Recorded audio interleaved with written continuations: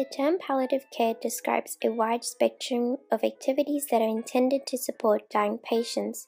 These activities include keeping the patient comfortable through support and management of pain and symptoms, helping families to stay engaged and informed. It furthers to support families to deal with the inevitable emotional issues and stress associated with dying.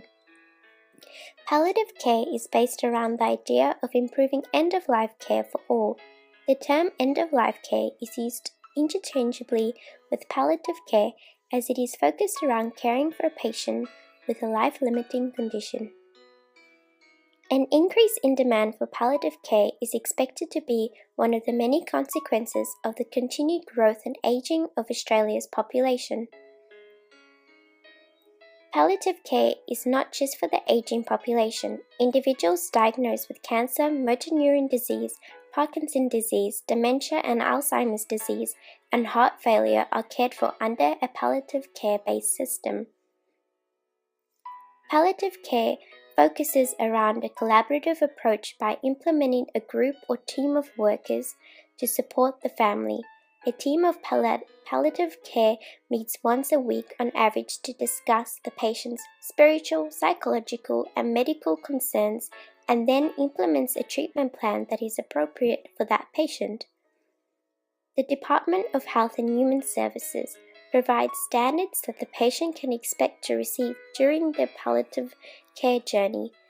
This extends to a well-developed care plan, holistic assessment, good communication, and coordinated care. This is all done under the care of a team, which includes a doctor, nurse, physiotherapist, psychologist, counselor, and other allied health professionals. A recent study was conducted to examine individuals' attitudes towards palliative care. Participants were asked to respond on a 5-point Likert scale from strongly agree to strongly disagree to the statements A. Palliative care can make patients feel better, and B. Palliative care is offered when nothing more can be done. The majority reported that palliative care is beneficial. Almost all participants were familiar with the term hospice, but only 34 were familiar with the term palliative care. A majority believed that palliative care was offered when nothing more could be done. The view that this is a last resort is a barrier to early referral. These results may reflect a lack of understanding or knowledge of palliative care, its role and resources it offers. Physicians provided with the training and education on palliative care showed an increase in control and management of patients' pain and symptoms. Physicians who were enrolled in a 3-day course on effective communication with an emphasis on palliative care reported higher rates of patient self-confidence and effective communication between physician-patient, which allowed more therapeutic relationships. The patient-nurse relationship was regarded by patients as more personalized and humane under the care of a nurse who trained in palliative care. Recent research indicates some improvements in palliative care for cancer patients. The study's findings indicated the benefits of antipsychotic medication, olanzapine, in reducing chemotherapy-induced nausea and vomiting opposed to standard anti-emetic therapy. Palliative care teams work closely with researchers to understand and better treat patient symptoms to allow a patient a comfortable life. Recent literature presented a limitation of palliative care consultations based in hospitals. The multi-center randomized trial examined the effectiveness of palliative care-led consultations for families with post-intensive care syndrome, compared to routine family meetings conducted by ICU teams. Palliative care-led consultations do not reduce symptoms of anxiety and depression experienced by family members.